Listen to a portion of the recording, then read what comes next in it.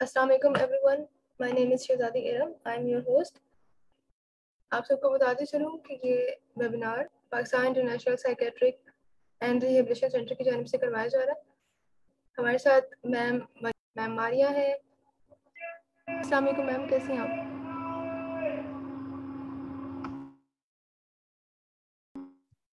वालेकुम अस्सलाम। आपको कैसी हैं आप? अल्हम्दुलिल्लाह। आप कैसी हैं? अल्हम्दुलिल्लाह ma'am. Welcome to PIPRC। Thank you. Alright ma'am, over to you. Thank you so much. Assalamu alaikum. First of all, I introduce myself. My name is Maria Zubair. I am a clinical psychologist. I have done my master's from University of WA, and I also done advanced diploma in clinical psychology from University of WA. जैसा कि आप सब जानते हैं कि हमारा आज का टॉपिक है प्ले थेरेपी। तो सबसे पहले हम आउटलाइन के बारे में बात करते हैं कि आज हम इस प्ले थेरेपी के जो हमारा वेबिनार के अंदर हम क्या क्या सीखेंगे, मैं आपको क्या क्या बताऊंगी। Ma'am please slide. अच्छा, सबसे पहले मैं आपको बताऊंगी इसके बारे में, इंट्रोडक्शन दूंगी कि प्ले थेरेपी होती क्या है। फिर मैं आपको इसकी हिस्ट्री के बारे में बताऊंगी। फिर मैं आपको बताऊंगी कि प्ले थेरेपी की डेवलपमेंट किस तरह हुई और इम्पोर्टेंस क्या है प्ले थेरेपी की, बच्चों के लिए प्ले कितना जरूरी है या बच्चे प्ले से कितना कुछ सीखते हैं। फिर मैं आपको इसकी डिफरेंट टेक्निक्स बताऊंगी। मैं आपको इसमें थेरेपिस्ट का रोल बताऊंगी और मैं आपको बताऊंगी कि प्ले थेरेपी के जरिए हम किस तरह बच्चों को डिफरेंट स्किल्स सिखा सकते हैं। और फिर मैं आपको टाइप्स भी बताऊंगी एंड लास्ट में इंशाल्लाह पब्लिक मैसेज होगा। नेक्स्ट, सबसे पहले बात करते हैं हम व्हाट इज प्ले। प्ले हमारे पास एक बहुत वास्ट हमारे पास ना एक टॉपिक है, लेकिन हम सबसे पहले मैं आपको ये बताना चाहूंगी कि प्ले हमारे पास क्या होता है। इंटरनली इस किस्म की एक्टिविटीज होती है ना जिनके जरिए हम जो है वो रिक्रिएट कर सकते हैं, क्रिएट कर सकते हैं प्लेयर को और इंजॉयमेंट को हम बच्चों के अंदर। ठीक हो गया। नेक्स्ट वन हमारे पास है व्हाट इज थेरेपी। थेरेपी क्या होती है?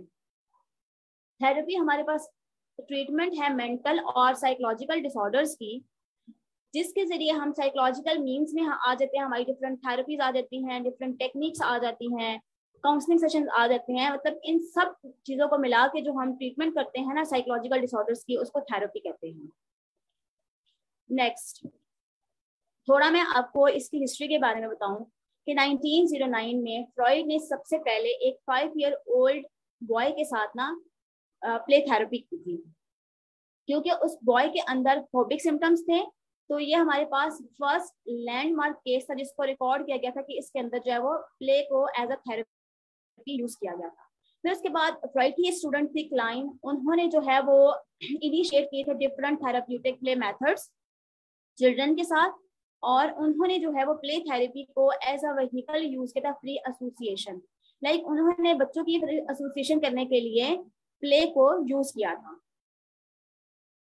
अब हम बात करते हैं कि प्ले की इम्पोर्टेंस क्या है। प्ले यूनिवर्सल है और बच्चे इससे क्या क्या चीजें सीख सकते हैं। बच्चे प्ले के दौरान कम्युनिकेट कर सकते हैं, अपने सब कॉन्शियस के कॉन्सेप्ट्स या उनके जो भी फियर्स हैं लाइक वो उनको एक्सप्रेस कर सकते हैं। वो किसी भी किस्म की स्किल को मास्टर कर सकते हैं, वो नई चीजें लर्न कर सकते हैं, वो अपनी जो उनकी पुरानी स्किल्स है ना लाइक उनको वो प्रैक्टिस कर सकते हैं, सेल्फ कंट्रोल लर्न कर सकते हैं बच्चे प्ले के दौरान। डिफरेंट क्रिएटिव थिंकिंग कर सकते हैं, वो अपनी फीलिंग्स को एक्सप्रेस कर सकते हैं, एक्सपेरिमेंट करके वो ये जान सकते हैं कि उनके अंदर कौन कौन सी क्वालिटीज हैं। उनके अंदर सेल्फ कॉन्फिडेंस बिल्ड होता है, प्रॉब्लम सॉल्विंग स्किल्स जो होते हैं उनके अंदर एनहांस होती हैं, और वो जो उनकी जितने भी अगर फॉर एग्जांपल उनके अंदर कोई डेवलपमेंटल चैलेंजेस है ना तो उनके अंदर वो उनको टैकल करने की क्वालिटी आ जाती है, बाकी बच्चों के साथ मिलके वो उनके साथ ओवरकम कर लेते हैं। नेक्स्ट, अभी हमने थोड़ी देर पहले भी बात की हिस्ट्री की, तो दोबारा हम थोड़ा सा इसके बारे में बात कर लेते हैं कि वही 1909 में फ्रॉइड ने है जो है वो लिटिल हैंड्स के साथ काम किया था। फिर उनकी जो स्टूडेंट थी क्लाइन, उन्होंने जो है वो डिफरेंट थेराप्यूटिक मेथड जो है वो इनिशिएट किए थे। फिर उसके बाद इन 1980s में ना अमेरिका की यूनिवर्सिटीज के अंदर जो है वो प्रॉपर प्ले थेरेपी के प्रोग्राम्स को स्टार्ट करवा दिया गया था। फिर 1982 में उन्होंने प्रॉपर एक प्ले थेरेपी की एसोसिएशन एस्टैब्लिश कर दी गई थी, और फिर इन 1989 में यूनिवर्सिटी ऑफ नॉर्थ टेक्सास ने प्रॉपर एक प्ले थेरेपी का प्रोग्राम जो है ना वो यूनिवर्सिटी के अंदर पेश किया था। लाइक उसमें लोग एडमिशन ले सकते थे और उसको प्रॉपर पढ़ सकते थे। Next definition. अब हम थोड़ी जो है वो साइकोलॉजिकल मीन से बात कर लेते हैं कि प्ले थेरेपी क्या है। ये एक फॉर्म है काउंसलिंग की या साइकोथेरेपी की, जिसके अंदर हम प्ले को यूज करते हैं ताकि बच्चे जो हैं वो जितनी भी उनकी कोई भी जो उनकी फीलिंग्स है, जो उनकी इमोशंस है, जो उनकी प्रॉब्लम्स है, उनको इजीली वो प्ले के अंदर कम्युनिकेट कर सके या उनको हमें बता सके। ठीक है, नेक्स्ट क्या है कि जो थेरेपिस्ट होता है ना वो इस किस्म की चीजें यूज करता है प्ले थेरेपी के अंदर, ताकि जो बच्चे की फैंटेसीज और जो उसके सिंबॉलिक मीन्स होते हैं ना उनको लेके हम ऐसा मीडियम रखते हैं प्ले के अंदर कि बच्चा जो है वो इजीली हमें अपनी जो भी उसकी फीलिंग्स है वो हमें बता सके। ठीक है, और वो अंडरस्टैंड करे वही जो हम उसको बताना चाह रहे हैं, और वो इजीली हमें कम्युनिकेट करके बताए कि वो क्या फील कर रहा है। और उसके बाद जो भी उसकी जो है वो साइकोलॉजिकल डिफिकल्टीज होती है ना, या जो भी उसकी कोई डेवलपमेंटल लेवल पे प्रॉब्लम होती है, उसको जो है वो हम टैकल कर लेते हैं, फिर बाद में हम जो है उसको रिजॉल्व इजीली कर सकते हैं। अब नेक्स्ट के थेरेपी क्या, प्ले ही क्यों थेरेपी होनी चाहिए। ठीक है, वाई प्ले इन थेरेपी। इसके लिए हम ऐसे कह सकते हैं कि जब हम प्ले करते हैं, प्ले थेरेपी वेरी इंपॉर्टेंट। क्यों? क्योंकि जो टॉयज होते हैं वो चाइल्ड के वर्ड्स होते हैं, और जो प्ले होती है ना वो चाइल्ड की लैंग्वेज होती है। लाइक वो उनके साथ खेल के हमें बताते हैं कि वो क्या कहना चाह रहे हैं हमसे, या वो क्या हमसे जो है वो हमें बताना चाह रहे हैं। ठीक है, फिर हम जो है वो थेरेपिस्ट डिफरेंट किस्म की स्ट्रैटेजीज यूज करते हैं ताकि वो जो बच्चे जो प्रॉब्लम हो रही है ना वो उस जो बता, फॉर एग्जांपल एक बच्चा हमें जो है वो बता नहीं सकता कि लाइक उसको जो है वो प्रॉब्लम है अपने घर में किसी से। ठीक है, तो इसी तरह अब अगर हम जो प्ले के अंदर कोई टॉयज लेके आते हैं, फॉर एग्जांपल वो कोई एक जो है वो गुड़िया है, या कोई वो जो है वो एज अ मतलब बॉय के तौर पे वो एक टॉय हमारे पास है, अगर वो उसके पास नहीं जाएगा तो हमें पता चलेगा कि घर में भी इसको इस किस्म के इश्यूज आ रहे हैं उनके साथ, इसलिए वो उसके साथ जो वो जल्दी उसको पसंद नहीं आ रहा, वो उसके पास नहीं जाएगा। तो ऐसी बातें जो बच्चे हमें वर्बली नहीं बता सकते अपनी फीलिंग्स और थॉट, वो हमें प्ले के अंदर इजीली बता देते हैं, और हम इजीली जो है वो उनके बारे में इंटरप्रेट कर लेते हैं। फिर इसके अलावा ऐसी बिहेवियर जो बच्चे नॉर्मली नहीं सीख सकते, कोई भी उनको इमोशनल या सोशल उनको डेफिसिट है, वो इजीली प्ले के अंदर जो है वो उनको अडॉप्ट कर लेते हैं। नेक्स्ट हमारे पास आ जाती हैं types of children, types of play for children. Like ये हमें इसमें मैं आपको डिफरेंट 6 स्टेजेस बताऊंगी प्ले की। सबसे पहले हमारे पास आ जाती है जी अनऑक्युपाइड प्ले। नेक्स्ट कर दें शिवादी। अच्छा, जो हमारे पास अनऑक्युपाइड प्ले होती है, हमारे पास 0 to 3 months के लिए होती है। इसमें बच्चा इजीली जो है वो अपने हाथों से, पाँव से, टांगों से जो है वो मूवमेंट्स करता है, और वो सीखता है डिफरेंट बॉडी के मूवमेंट्स। नेक्स्ट आती है हमारे पास सॉलिटरी प्ले। ये हमारे पास 0 to 2 years के बच्चों के दरमियान होती है। इसमें बच्चे अकेले खेलना सीखते हैं, और उनका जो है वो किसी दूसरे के साथ खेलने का उनको इंटरेस्ट नहीं था, वो अकेले ही बैठ के खेलना पसंद करते हैं। नेक्स्ट आता है हमारे पास स्पेक्टेटर और ऑन लुकर बिहेवियर। ये हमारे पास 2 years के बच्चों के लिए होता है। ये दूसरे बच्चों को ऑब्जर्व जरूर करते हैं कि वो कैसा खेल रहे हैं, लेकिन वो खेलते हमेशा अकेले ही बैठ के, क्योंकि उनको दूसरे के साथ खेलना पसंद नहीं होता। फोर्थ हमारे पास आ जाती है स्टेज पैरेलल प्ले। ये हमारे पास 2 से ऑनवर्ड बच्चों के अंदर, 2+ years के जो ऑनवर्ड बच्चे थे उनमें होता है। इसमें बच्चे जो होते हैं ना वो दूसरों को ऑब्जर्व जरूर करते हैं, ठीक है, लेकिन इसमें जो वो फिर भी एक साथ बैठ के खेलेंगे, लेकिन खेलेंगे वो अपना अपना, उनका इंटरेस्ट सेम नहीं होगा।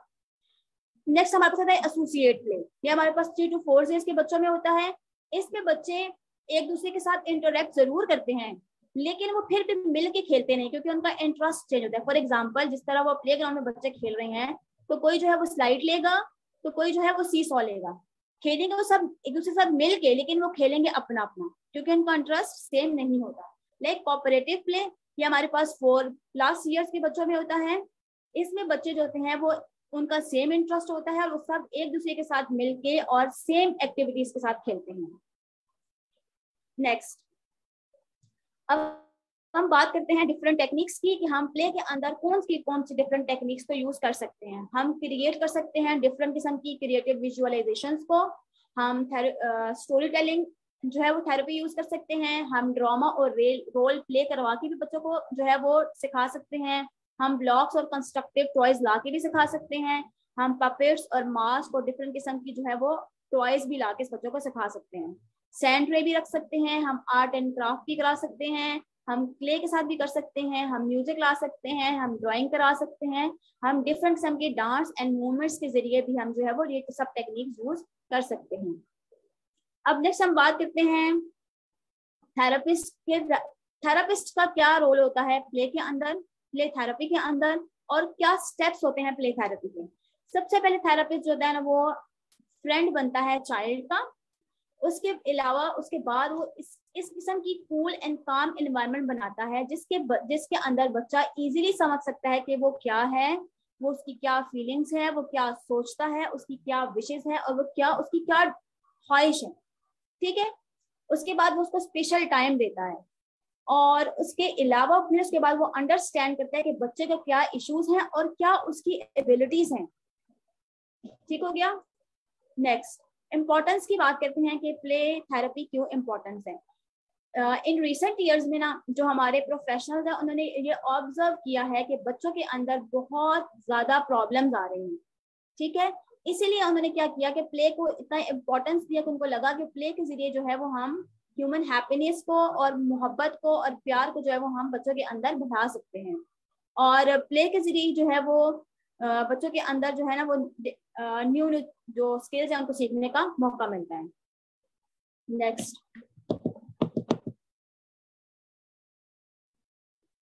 प्ले थेरेपी बेसिकली हम जो है वो 3 से 11 ईयर्स के बच्चों के लिए यूज करते हैं।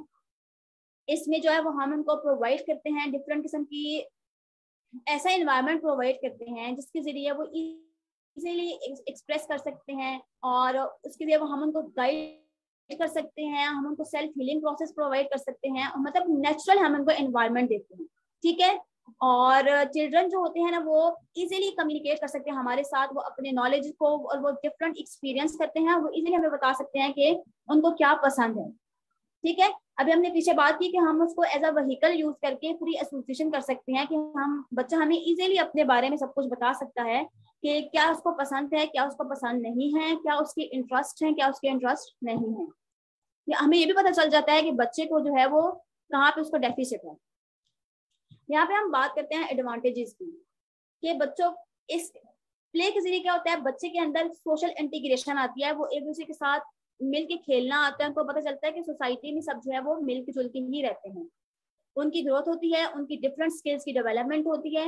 उनको अपनी इमोशंस को रेगुलेशन करना सिखाते हैं हम उसके अंदर। मतलब उनकी इमोशनल की मॉड्यूलेशन होती है। लाइक हम उनको सिखाते हैं कि अगर गुस्सा आ गया तो किस तरह आपने खुद को जो है वो कूल एंड काम करना है, किस तरह आपने अपनी चीजें दूसरों के साथ जो है वो शेयर करनी है। अगर किसी बच्चे के साथ ट्रॉमा हुआ है तो उसके अंदर हम प्ले के अंदर ही ट्रॉमा की जो है वो उसकी थेरेपी करके उसको रिजॉल्व करेंगे उसके प्रॉब्लम्स को। प्ले थेरेपी के अंदर जो है वो हम डिफरेंट टूल्स यूज करके जो प्रॉब्लम्स है उनको डायग्नोज करते हैं, उनको सेल्फ कंट्रोल सिखाते हैं, सेल्फ कॉन्सेप्ट देते हैं कि आप क्या हैं, आपकी सेल्फ एफिकेसी क्या है, आप क्या चाहते हैं, आपकी क्या क्वालिटीज हैं। और उसके अलावा बच्चा इस चीज से भी अवेयर होता है कि वो क्या उस वक्त फील कर रहा है। ठीक है, हम उसको जो है वो सेल्फ कंट्रोल सिखाते हैं। हम उसको डिफरेंट किस्म के अल्टरनेटिव बिहेवियर सिखा सकते हैं। हम उसको दूसरों के ऊपर यकीन करना सिखा सकते हैं। और हम जो है वो उनको बड़ों के साथ मैनर्स, किस तरह आपने पॉजिटिवली रहना है, किस तरह आपने जो है वो दूसरों के साथ बातचीत करनी है, हम उनको एटिकेट्स भी सिखाते हैं प्ले के दौरान ही। प्ले जो है वो बच्चों के लिटरेसी रेट को भी जो है वो इम्प्रूव करती है और उनको इंडिपेंडेंट भी हम खेलना सिखाते हैं कि अगर आपको इंडिपेंडेंटली कुछ करना चाहिए तो आप किस तरह कर सकते हैं। हम उनकी फिजिकल फिटनेस को प्रमोट करते हैं प्ले के दौरान और उनकी जो हेड और आई की कोऑर्डिनेशन है वो भी हम प्ले के दौरान इम्प्रूव कर सकते हैं। अब ये हमारे पास एक टेक्निक आ गया ब्लोइंग बबल्स। ब्लोइंग बबल्स जो है वो हम मोस्टली जो है वो एंशियस बच्चों के साथ यूज करते हैं। ठीक हो गया, लाइक मतलब फौरन से उनको कुछ भी देखे, जब जो बच्चे एंजाइटी का शिकार होते हैं उनके लिए हम ब्लोइंग बबल्स की टेक्निक होती है। इसमें क्या होता है कि थेरेपिस्ट पहले जो है वो बबल को ब्लो करता है और थेरेपिस्ट को फॉलो करते हुए बच्चा भी ब्लो करता है, और फिर उसके बाद बच्चा ये लर्न करता है कि किस तरह उसने टेक मतलब किस तरह उसने जो है वो ब्रीथ को लंबा करना है, फिर आहिस्ता आहिस्ता जो है वो ब्रीथ को छोड़ना है। ठीक है, इसके जरिए हम बच्चों को सिखाते हैं कि किस तरह जो है वो उन्हें एंशियस और जो उनकी सिचुएशन है किस तरह वो खुद को काल्म कर सकते हैं। Next, puppet playing. थेरेपिस्ट होते हैं ना, अगर कोई बच्चा किसी को ट्रॉमा का शिकार हुआ का है, ठीक है, तो उसमें मोस्टली जो है ना थेरेपिस्ट बच्चों को कहते हैं कि वो पपेट्स के साथ खेलें। अगर वो इजीली उसके पास फॉर एग्जांपल कोई टॉय है उसके पास चला जाता है तो इट्स मीन उसको कोई इशू नहीं है। अगर उसको जो है अगर वो अनकंफर्टेबल फील कर रहा है उस चीज को या उस पपेट को फेस करने में, तो इससे जो है वो थेरेपिस्ट इजीली जान सकता है कि इसको किसी से प्रॉब्लम है या इसके घर में कोई इस तरह का प्रॉब्लम है कि जो इसको फेस नहीं कर रहा है। लेकिन उसके बाद जो है वो एक प्रॉपर कीप एंड काम जो है वो इन्वायरमेंट बनाता है और बच्चे से पूछता है कि आपको क्या इश्यूज है। नेक्स्ट हमारे पास आता है कि हम डिफरेंट किस्म के टॉयज यूज करके जो है वो हम जो बच्चों को अगर किसी चीज से फियर है, किसी एनिमल से, तो उसके दौरान भी हम जो है वो प्लास्टिक के जो है वो स्नेक्स, मॉन्टर्स, बग्स, बियर्स, लॉयंस वगैरह लाकर उनके सामने रखते हैं और फिर हम जो है वो उनकी जो एंजाइटी है उनको जो है इजीली डिफरेंट टेक्निक्स यूज करके उनकी एंजाइटी को हम जो है ओवरकम करते हैं। नेक्स्ट वही वाली बात आ गई, टॉयज के जरिए हम जो है वो उनकी फैमिली रिलेशनशिप्स को, उनके इवेंट्स को जो है वो हम इंटरप्रेट करते हैं कि घर में बच्चे की किसी के साथ कोई प्रॉब्लम तो नहीं है, वो जो है वो इजीली डॉल हाउस में जाता है, सबके साथ इजीली वो खेल रहा है। अगर वो नहीं कर तो इट्स मीन को उसको घर के कौन से हिस्से में प्रॉब्लम है, फिर वो हम आइडेंटिफाई करते हैं और फिर उसको रिजॉल्व करते हैं। स्टोरी टेलिंग जो है हमारे पास एक वेरी इंपॉर्टेंट हमारे पास टेक्निक होती है। इसके जरिए हम जो है वो इंटरपर्सनल जो प्रॉब्लम होती है ना बच्चों की, उनको सॉल्व करते हैं और बच्चों के अंदर जो है जो उनकी सेल्फ एस्टीम की कमी होती है, लाइक लो सेल्फ एस्टीम, उनके जो उनकी वोकैबुलरी को जो है वो हम इनहेंस कर सकते हैं और हम उनको बताते हैं कि प्रॉपर मॉडल्स के बारे में बताते हैं, लाइक ये आपकी मदर हैं, ये आपके फादर हैं। और अगर वो उनको किसी चीज में प्रॉब्लम हो रही है ना, मतलब अपने किसी बात को एक्सप्रेस करने में, तो हम जो है वो स्टोरी टेलिंग में पहले जो है वो थेरेपिस्ट उनको बताता है, फिर प्रॉपरली उसके बाद जो है वो बच्चे से कहा जाता है कि आप हमें कुछ छोटी मोटी घर के बारे में स्टोरी बताएं। तो इसके जरिए जो वो उनका जो सेल्फ एस्टीम होती है उसको इनहेंस करते हैं, उनको कॉन्फिडेंस को प्रमोट करते हैं और जो भी उनकी वोकैबुलरी की प्रॉब्लम होती है वो हम स्टोरी टेलिंग में जो है वो रिजॉल्व करते हैं। फिर हम नेक्स्ट हमारा टॉपिक आ जाता है टाइप्स ऑफ प्ले। हमारे पास जो है वो 4 मेन टाइप्स होती हैं, group play therapy, individual play therapy, directive play therapy and non directive play therapy. सबसे पहले हम बात करते हैं ग्रुप प्ले थेरेपी की।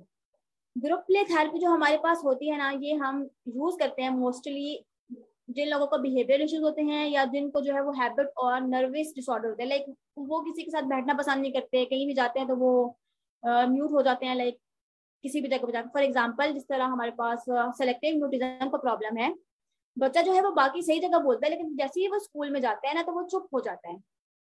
तो उसके लिए हम ग्रुप थेरेपीज यूज करते हैं चिल्ड्रन के लिए, जो हम एक प्रॉपर ग्रुप लेके आते हैं बच्चों का, उसमें उनको बिठाते हैं, उनसे जो है वो साथ में थेरेपिस्ट होता है, लेकिन थेरेपिस्ट जहाँ पे जो है वो डायरेक्ट उनके साथ नहीं होता, लेकिन बैठा हुआ था लेकिन बस उनको देख रहा था। बच्चों को डिफरेंट टेक्निक्स उसके अंदर यूज करते हैं जिसके जरिए जो है हम बच्चों को बिहेवियर जो इश्यूज होते हैं उनको रिजॉल्व करते हैं। उनके जो अगर फॉर एग्जाम्पल उनको जो है वो कहीं बोलते नहीं तो हम उनको वहाँ पे बोलना सिखाते हैं, ठीक है, लाइक वो दूसरे लोगों को भी देख के ना बोलना। अगर फॉर एग्जाम्पल उनको जो है वो जनरलाइज एंजाइटी है, वो किसी के सामने नहीं जा सकते, तो वो वहाँ पे भी जो है वो एक दूसरे बच्चों को देखते हैं कि अगर वो उनसे बात कर रहा है तो उसके अंदर जो है वो थोड़ी मोटिवेशन आती है। तो इस तरह बच्चे भी जो है वो ग्रुप के अंदर दूसरे बच्चों को देख के जो है वो प्रॉब्लम को जो है वो उनके अंदर कॉन्फिडेंस पैदा होता है। तो जो उनकी प्रॉब्लम है हम उनको आहिस्ता आहिस्ता रिजॉल्व करके हम उनकी जो क्वालिटीज है उनको इनहेंस करते हैं। फिर तो इंडिविजुअल प्ले थेरेपी आती है। इंडिविजुअल प्ले थेरेपी जो होती है वो हम मोस्टली यूज करते हैं उन क्लाइंट्स के साथ जिनको जो है ना ट्रस्ट इश्यूज होते हैं। ठीक है, लाइक वो इजीली अपने जो इमोशंस को जो है वो रेगुलेट नहीं कर सकते। तो इसके लिए हम इंडिविजुअल प्ले थेरेपी करते हैं। इसके साथ क्लाइंट उनके साथ बैठा हुआ होता है, क्लाइंट जो है वो देखता है कि बच्चा क्या कर रहा है और उसको आहिस्ता आहिस्ता जो है वो डिफरेंट टेक्निक्स के जरिए सिखा रहा होता है कि किस तरह जो है वो आप अपने इमोशंस को रेगुलेट कर सकते हो, आप किस तरह अपने कॉन्फिडेंस को इनहांस कर सकते हो, किस तरह जो है वो आप जो है वो एक मतलब प्रॉपर सिस्टमैटिक वे यूज करके। तो इंडिविजुअल प्ले थेरेपी में प्रॉपर, क्योंकि थेरेपिस्ट के पास एक ही बच्चा होता है तो वो डिफरेंट सारा ही उसका जो है वो कॉन्सेंट्रेशन बच्चे भी होती है, तो वो डिफरेंट किस्म की टेक्निक्स यूज करके उसकी जो भी प्रॉब्लम्स होती है उनको रिजॉल्व करता है। अब हमारे पास एग्जांपल्स आती हैं, हमारे पास एग्जांपल ऑफ प्ले टेक्निक्स में डायरेक्टिव प्ले थेरेपी और non directive play therapy. Directive play therapy में जो है तो थेरेपिस्ट बिल्कुल चाइल्ड के साथ बैठा हुआ होता है, और नॉन डायरेक्टिव में जो है वो थेरेपिस्ट बस सिर्फ फॉलो करो तो चाइल्ड को, उसके साथ मतलब वो एक्टिवली नहीं होता। उसके बाद जो है वो डायरेक्टिव प्ले थेरेपी में जो होती है वो हमने इंटेंशनली चूज की हुई थी एक्टिविटीज चाइल्ड के लिए, और वहाँ नॉन डायरेक्टिव में बच्चा खुद चूज करता है अपनी एक्टिविटीज को। और डायरेक्टिव प्ले थेरेपी में हमारे पास board games, arts, craft, puppets, adult toys आते हैं, जबकि नॉन डायरेक्टिव में जो है बच्चा अपनी मर्जी से जो है वो सेम होते हैं लेकिन बच्चा वहाँ पे खुद अपनी मर्जी से चूज करता है अपनी प्ले को। अब हम बात करते हैं डायरेक्टिव प्ले थेरेपी की।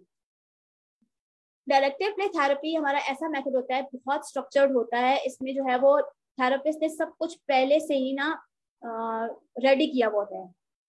इसमें इसमें हम बच्चे से कुछ भी नहीं पूछते हैं, बस प्रॉपरली हम जो है वो एक हमने सेटअप बनाया हुआ होता है जिसमें बच्चा आता है और हम जो है वो उसको थेरेपी स्टार्ट कर देते हैं।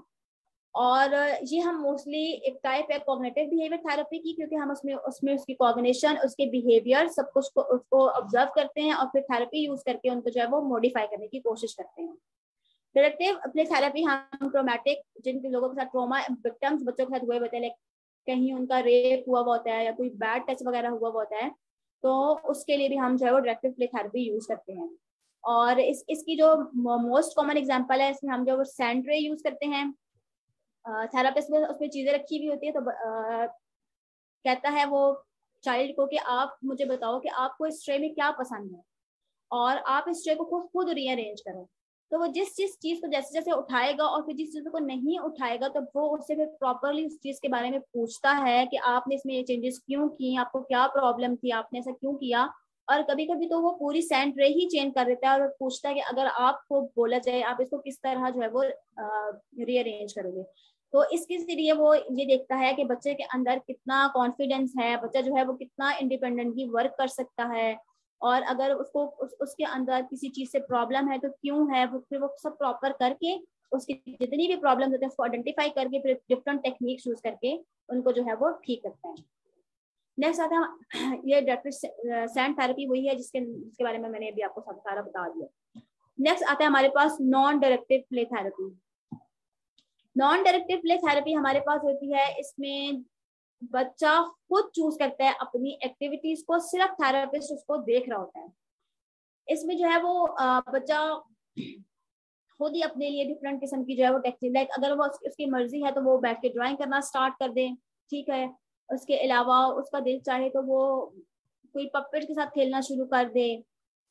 इसके जरिए ना, और ये जो हमारे पास नॉन डायरेक्टिव प्ले थेरेपी है, हमारे पास साइकोडायनामिक थेरेपी, लाइक इसमें फ्री एसोसिएशन, मतलब बच्चा अपनी मर्जी से जो मर्जी काम कर सकता है, ठीक है। इसके जरिए हम बच्चे की कॉग्निशन फाइंड करते हैं, उसके अनकॉन्शियस में क्या है क्या फाइंड, क्योंकि इसमें हमने जो है वो बच्चे को कोई एक प्रॉपर वे नहीं बताया हुआ होता, तो बच्चा खुद ही कहते थे। इससे हमें पता चलता है कि बच्चे के अनकॉन्शियस में क्या चल रहा था, बच्चा क्या चाहता है, उसकी फीलिंग्स क्या है, उसकी इमोशंस क्या है, किस तरह जो है वो कर सकता है, कौन सी चीजों को उसने इजीली मतलब करने के लिए वो रेडी हो गया था, कौन सी चीज उसको मुश्किल लग रही थी, मतलब किस किस चीज को जो है वो उसने कहा कि मैं इस चीज को अनकंफर्टेबल। फिर उसके बाद जो है थेरेपिस्ट को पता चलता है कि बच्चे को जो है वो क्या क्या उसके अंदर क्वालिटीज हैं, क्या नहीं है, फिर उन सबको आइडेंटिफाई करके और फिर जो है वो उसकी प्रॉब्लम को सॉल्व करते हैं। नेक्स्ट हमारे पास जो है इसको कहते हैं फिलाइल थेरेपी। हमारे पास फर्स्ट ऐसी थेरेपी है जो कि पेरेंट्स को सिखाया जाता है, और ये नॉन डायरेक्टिव प्ले थेरेपी होती है जिसमें जो है वो बच्चे जो है वो अपने पेरेंट्स के साथ बैठ के खेल रहे होते हैं, और पेरेंट्स को भी पहले प्रॉपर इनको गाइड किया जाता है कि किस तरह आपने बच्चे के साथ जो है वो आपने काम करना है। और इसमें भी वही सैंड रे, इमेजिनेटिव प्ले करा सकते हैं, पपेट प्ले करा सकते हैं, आर्ट एंड क्राफ्ट वगैरह सिखा सकते हैं।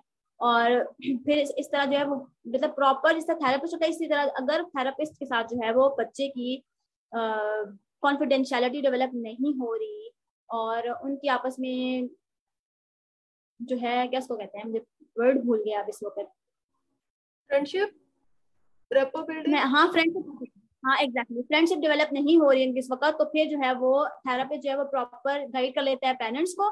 तो वो पेरेंट्स होते हैं वो बच्चे के साथ जो है वो थेरेपी करके, प्ले थेरेपी करके जो है वो उनकी प्रॉब्लम्स को आइडेंटिफाई कर लेते हैं। Thank you so much. Any questions? जज़ाकल्लाह, thank you so much ma'am. End में अगर हम एक समरी की बात करें तो समरी ये है कि प्ले थेरेपी एक बहुत ही वाइटल रोल प्ले करती है बच्चे की लाइफ में भी, और वैसे ओवरऑल भी अगर देखा जाए तो उसका बहुत बड़ा रोल है। कैसे, अगर आप देखें अभी हमारे पाकिस्तान में तो इस तरह से फैसिलिटीज इतनी नहीं है, लेकिन अगर आप अब्रॉड की बात करें तो वो बच्चे जो कि अब्यूज़ होते हैं, चाइल्ड अब्यूज़ का शिकार होते हैं, फॉर एग्जांपल सेक्सुअली हरास हो रहे हैं कुछ बच्चे, ठीक है, लेट्स सपोज कि बच्चा बहुत छोटा है या बच्चा इतना खौफजदा है कि वो बोलता नहीं है, बोल नहीं सकता, ठीक है। अब उसके पेरेंट्स को ये तो पता है कि इसकी तबीयत खराब है, इसको कुछ हुआ है, लेकिन उन्हें ये नहीं पता किसके साथ किया हुआ है, ये किसने किया है, ठीक है। उस सूरत में जो है थेरेपिस्ट क्या करता है, उसको टॉयज देता है, उसको खिलौने देता है। लेट्स सपोज कि अगर वो अदालत में है बच्चा और उससे पूछा जा रहा है कि ये जो विक्टिम है या ये जो साहब है, ये जो अंकल आपके सामने खड़े हैं, क्या इसने आपको कभी टच किया है, और अगर वो बच्चा कहता है कि यस, या वो सर हिला के अपना आंसर कहता है, तो थेरेपिस्ट क्या करता है, उसे एक डॉल देता है और उसको बताता है कि आपको कैसे टच करता है, ठीक है। तो बच्चा जो है वो डॉल पे टच करता है, उससे आइडिया होता है थेरेपिस्ट को कि वाकई में ये अब्यूज का शिकार है या ये कोई गलत फहमी है, ठीक है।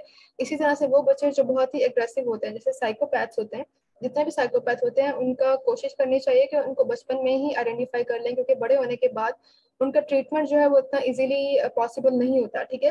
तो उसमें क्या करते हैं जो साइकोपैथ बच्चे होते हैं, उनकी निशानी क्या होती है कि वो टॉयज को तोड़ते फोड़ते बहुत है, अपना एग्रेशन बहुत दिखाते हैं, ठीक है। ये भी तोड़ दिया, वो भी तोड़ दिया। तो वो बच्चे जो शुरू में बहुत एग्रेशन दिखाते हैं, उससे आइडिया होता है थेरेपिस्ट को कि ये बच्चा बड़ा होकर जो है वो इस साइड पे जा सकता है, फिर उसके आगे साइकोपैथिक टेस्ट जो है वो किया जाता है। इसी तरह से सोशियोपैथ जो बच्चे होते हैं वो प्ले के दौरान दूसरे बच्चों को मारते हैं, उनके खिलौने छीनते हैं, ठीक है, झड़प करते हैं। तो उससे भी जो है हमें आइडिया हो जाता है कि बच्चा बड़ा होकर इसकी पर्सनैलिटी जो है वो इस किस्म की जा सकती है, इस लाइन पे जा सकती है। इसी तरह से वो बच्चे जो म्यूट होते हैं, जो गूंगे बहरे होते हैं, जो बात नहीं कर पाते, उनके साथ अगर कोई ट्रॉमा होता है, अव्वल तो वो ट्रॉमा की वजह से ही जो है वो इतने खौफजदा होते हैं कि वो बोल नहीं पाते, लेकिन लेट्स सपोज कि वो ट्रॉमा नहीं भी है, स्टिल अगर वो बोल नहीं पाते तो उस सूरत में भी टॉयज जो है वो उनकी लैंग्वेज बन जाती है। टॉयज के जरिए वो अपने फीलिंग्स को, अपने फियर्स को एक्सप्रेस कर सकते हैं। इसी तरह से जैसे आपको मैम मारिया ने पहले बताया, एंजाइटी को ट्रीट करने के लिए और इस तरह से जो फियर्स है उनको ट्रीट करने के लिए यूज़ किया जाता है। स्पेशली जैसे अगर आप देखें बच्चे स्नेक से डरते हैं या लिजर्ड से डरते हैं या इस तरह से जैसे स्पाइडर बना हुआ है, तो इन इन सारी फियर्स को ओवरकम करने का बेहतरीन सोल्यूशन है कि टॉयज। टॉयज कैसे, आप इसमें अगर देखा जाए ना तो फ्री एसोसिएशन की थेरेपी भी इस्तेमाल की जाती है, सिस्टमेटिक डिसेंसिटाइजेशन भी इस्तेमाल की जाती है। लेकिन बच्चा अगर बहुत छोटा है तो उसको क्या किया जाता है, पहले दूर से आप दिखाते हैं वो ऑब्जेक्ट जिससे वो डरता है, फिर ग्रेजुअली आप उसको आहिस्ता आहिस्ता उसके करीब लेके आते हैं और फाइनली बच्चा जो है इस काबिल हो जाता है कि उसको टच कर सके, उसको हाथ में पकड़ सके। इसी तरह से अगर बच्चों को आपने केयरिंग एंड नरिशमेंट सिखानी है तो उसके लिए डॉल्स को, इस तरह की डॉल्स जो है जिसको फीड करना है, जिसकी टेकिंग केयर करनी है, हालांकि बच्चा तो कुछ छोटा है ना, लेकिन वो डॉल्स की टेकिंग केयर से जो है वो आपको बताता है कि ही और she is going to be a caring person, ठीक है। उसको आप सिखाते हैं और फाइनली ऐसे बच्चे, इनको अगर आप बाद में पेट्स वगैरह ला के देते हैं ना तो ये इन पेट्स का भी ख्याल रखते हैं, बिकॉज उन्होंने बचपन से केयरिंग चीज को सीखा है कि केयरिंग ऐसे की जाती है। स्टोरी टेलिंग, स्टोरी टेलिंग जो है वो बड़े बच्चों के साथ भी यूज की जाती है, जैसे 9-10 साल के बच्चे, 11 साल के बच्चे। कैसे, अगर घर में लेट्स सपोज के मदर और फादर की लड़ाइयाँ बहुत होती हैं, बच्चे पे उसका नेगेटिव इम्पैक्ट पड़ रहा है, तो वो अपनी बात जो है वो थेरेपिस्ट को उतने अच्छे अल्फाज में नहीं बता सकता, वो कोई वर्ड्स का एक्सपर्ट नहीं है। तो वो क्या करता है, स्टोरी टेलिंग के जरिए जो वो बताता है। बाजू का जैसे सैंड ट्रे की हमने बात की ना, जैसे मैम मारिया ने आपको सैंड ट्रे के बारे में बताया, ये वाली सैंड ट्रे, ये जो फिगर्स, एक्शन फिगर्स और ये सारा कुछ पड़ा हुआ है ना, इनके जरिए बच्चा खुद को एक्सप्रेस करता है। लेट्स सपोज कि यहाँ पे कोई मदर फादर फिगर है और साथ में बच्चों का फिगर है, तो वो क्या करेगा, उन मदर फादर को जो आपस में लड़वाएगा, एक दूसरे को मारेगा, एक दूसरे पे फेंक के मारेगा। तो उससे बच्चे को, थेरेपिस्ट का आइडिया होता है कि इसके घर का माहौल जो है वो अच्छा नहीं है या इस तरह का कोई सीन है। तो ये छोटी छोटी चीजें थी जिनके जरिए हम प्ले थेरेपी यूज करते हैं। प्ले थेरेपी सिर्फ प्ले नहीं है, ये आपके लिए एक कैथारसिस का काम करती है, ये एक रिवील का काम करती है कि आपके सामने बहुत सारी ऐसी चीजें आ जाती हैं जिसके बारे में आप सोच भी नहीं सकते। ठीक है, कुछ ऐसे बच्चे होते हैं जिनको ड्रग दी जा रही होती है, उनकी नैनीज, फॉर एग्जाम्पल अब्रॉड की अगर बात करें, उधर माँ बाप बच्चों का नहीं संभालते, वहाँ पे नैनीज रखी जाती है। तो बहुत सी नैनीज ऐसी होती हैं जो थोड़ा क्रिमिनल माइंड की होती है, और वो बच्चों को जो वो ड्रग्स दे देती हैं और बच्चे सोए रहते हैं और वो अपने कामों में लगे रहते हैं। तो उन बच्चों की आइडेंटिफिकेशन भी जो है वो प्ले के जरिए होती है। उनकी जो कहने की कोऑर्डिनेशन होती है ना, मसल कोऑर्डिनेशन, उसके जरिए हम आइडेंटिफाई करते हैं। सिमिलरली अगर ऑटिस्टिक बच्चा है या कोई ऐसी बीमारी का बच्चा है, सीपी का बच्चा है, उसको भी हम जो है वो इसके जरिए आइडेंटिफाई करते हैं, प्ले के जरिए, उसकी कोऑर्डिनेशन, उसकी बॉडी मूवमेंट्स के जरिए। तो प्ले थेरेपी कोई छोटी चीज नहीं है, ये सिर्फ प्ले नहीं है, इसके पीछे बाकायदा रूल्स हैं, रेगुलेशंस हैं, और इसका बहुत वाइटल रोल है। तो ये हमारा प्ले थेरेपी पे वेबिनार था, and I would like to thank ma'am Maria Zubair for her time. Thank you so much ma'am, बहुत ही इंटरेस्टिंग वेबिनार था। अब आप सब में से जिसने भी जो भी क्वेश्चन पूछना है, वन बाय वन आप लोग अपना क्वेश्चन पूछ सकते हैं जी। हमारे साथ मैम सदफ आरिफ है, सर इस्माइल है, और भी पार्टिसिपेंट्स हैं हमारे साथ, उज़मा है जी। आप में से किसी का भी कोई भी क्वेश्चन है आप पूछ सकते हैं।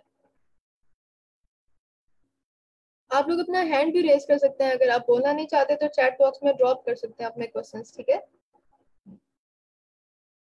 मैम मारिया, आप हमारी पार्टिसिपेंट्स को कोई पब्लिक मैसेज देना चाहें? हमारे साथ हैं सदफ आरिफ, और इन्होंने क्वेश्चन किया है, what is the functional play and conversational play. ये आपने जो है वो बात की थी प्ले थेरेपीज में टाइप्स की, इसके बारे में आंसर कीजिएगा। जी जी, जो हमारे पास फंक्शनल प्ले होती है ना, ये हम बेसिकली ये जो डिफरेंट टॉयज के साथ डिफरेंट ऑब्जेक्ट्स के साथ बच्चे खेलते हैं ना, वो फंक्शनल प्ले होती है। लाइक बच्चे बॉल को रोल करके खेलना, कार को पुश करना, कार से वगैरह खेलना, ये हमारे पास जितनी भी मतलब जिससे वो फंक्शंस करते हैं ना, वो सब हमारे पास फंक्शनल प्ले होती है। लाइक अगर वो टॉय के साथ खेल रहा है और टॉय के जरिए वो बता रहा है, तो वो फंक्शनल प्ले होगी। अगर हम उसको रोल प्ले वगैरह करके जो है वो सिखा रहे हैं, लाइक घर के माहौल के मुताबिक, तो वो हमारे पास वो कन्वेंशनल प्ले होती है। आपको समझ आ गया सदफ? जी मैम, और किसी का क्वेश्चन हो तो? वो शायद खुद को अनम्यूट नहीं कर पा रही। Is there any functional tools we can decide for the kids for different age? Yes yes, देखिए आप जैसे छोटा बच्चा, आप उसके साथ जो है वो लाइक वो 1 से 1.5 ईयर के, आप उसके साथ खेल सकते हो। कार के जरिए उसको खिला सकते हो, बॉल के जरिए उसको खिला सकते हो। तो बच्चे बड़े बड़े अच्छे तरीके से खेलते हैं। आप बैठो थोड़ा दूर, बच्चा बैठे, आप उसकी तरफ बॉल फेंको तो वो आपकी तरफ बॉल जरूर वापस फेंकेगा। ठीक है, इसके जरिए हम बच्चों को डिफरेंट प्ले सिखा सकते हैं। और मैम मारिया, इसकी अगर एग्जांपल ली जाए तो जो ऑटिस्टिक बच्चे होते हैं उनके साथ जो हम खासतौर जी पे जी, फुटबॉल, इस किस्म की गेम्स खेलते हैं, ताकि हमें पता चल सके कि उनकी एग्जैक्टली, कितना इशू है। बिल्कुल बिल्कुल ऐसा ही।